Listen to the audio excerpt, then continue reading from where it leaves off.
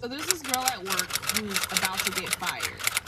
As the IT manager, I always know about any onboards or offboards before they happen because they want to make sure that I revoke access to their emails, and they want me to make sure that they're locked out of certain things so that nobody who's getting fired can go back and like shoot a company-wide email or anything like that. So I'm one of the first people to know when somebody's going to be onboarded or offboarded so that I can prepare their computer and their access and so on and so forth.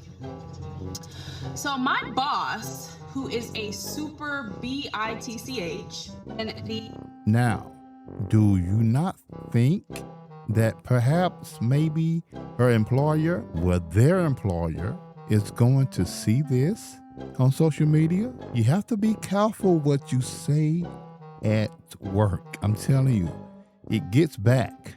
People talk. Co-workers talk. I just don't get it. I just don't get it. The HR lady have been telling me we have an offboard coming up and this is super confidential. Nobody can know about this. And they keep saying that it's confidential, it's confidential. And I found out that the girl that they're firing, she's a really sweet girl. Like, she just got a raise, she just got promoted, like, she does a great job at work, and she's always super sweet whenever you talk to her. So I'm like, okay, something strange is going on here. Now, normally when it comes to affairs of onboards and offboards, I don't get involved. I just tell them what to do. I don't talk to the employee that is getting offboarded or whatever, just because that's not my place, that's not my job. But this particular employee that they're about to fire, she's such a sweet girl, and I've had many interactions with her where she's just been very positive and upbeat. I know that she recently got married and she recently got a raise. So I know that it's not because of her performance. I felt like something else is beneath the surface. Y'all, I feel like God put it on my heart to tell the girl that she's... God didn't put it on your heart for you to be messy. God did not put it on your heart. You as an IT manager, I'm quite sure y'all got some kind of NDA. Well, you shouldn't have even told her nothing about anything. I got a feeling something's going to come out of this. There are many parts to this, by the way. But God didn't put it on your heart. You just wanted to be messy. You wanted to be nosy. And you wanted to put it on social media to go viral. That's what you wanted. So many people do stuff like this. It is ridiculous. But anyway. Hey, meet me upstairs by the elevator. And she's like, okay. So she comes upstairs. I pull her aside, like out of view. So I tell her, you're about to get fired, and they're about to do it on Tuesday. This was Thursday last week. And she starts bawling. She's like so taken aback. She's like, what do you mean I'm getting fired? And I was like, I don't know the reason. All I know is that they already have your replacement. They want me to prep your computer for that replacement. And she kept on asking me, like, do you know why they're firing me? Why are they firing me? Why? And I'm like, I don't know. I don't get any of that information. They just tell me what to do with the assets. That's it. So, do you know this girl proceeds to tell me how the HR lady who keeps on telling me confidential offboard, her and the HR girl were actually friends before she started working at the company. Now, so her and the HR lady are friends. Oh man, this is ridiculous. This is crazy. What y'all think about this? What y'all thinking? I think it's about 3 parts to this. This is only part 1. What are y'all thinking about this? This is crazy work. Now, they go out to lunch sometimes, they chat, they text, they call, they hang out outside of work. The girl who's about to get fired, she was chatting with her friend that works in HR. And she was telling her that she was so excited, she just got a raise.